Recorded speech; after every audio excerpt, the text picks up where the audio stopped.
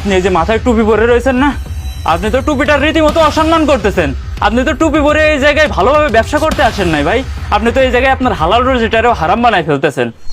ভাই এই আপনি তো বেশি কথা কন কেন? হ্যাঁ এ ভাই অত ঝামেলা করতেছেন কিন্তু, একে তো গেম খেলার সময় ডিস্টার্ব করতেছেন, আর দোকানদারের সাথে ফ্যাক করতেছেন। ভাই আসলে আমার পানিটার দরকার, ওই লোকটা এখন ওই পাশে পড়ে রয়েছে, এখন কি অবস্থায় আছে আমি তাও বলতে পারতেছি না ভাই, আপনি একটু আমার তাড়াতাড়ি পানিটা দেন।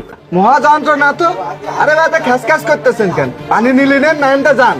হায় ভাই, সুযোগটা পায়ে আপনি এত বড় সৎ ব্যবহার করতেছেন। যাই হোক, আল্লাহ না করুক আপনার জন্য এমন কোনো বিপদে না ফেলাই। আহা, সকাল সকাল একটা ব্যবসার লাইন হইলো, তা সুযোগটা হাত ছাড়া হয়ে গেল।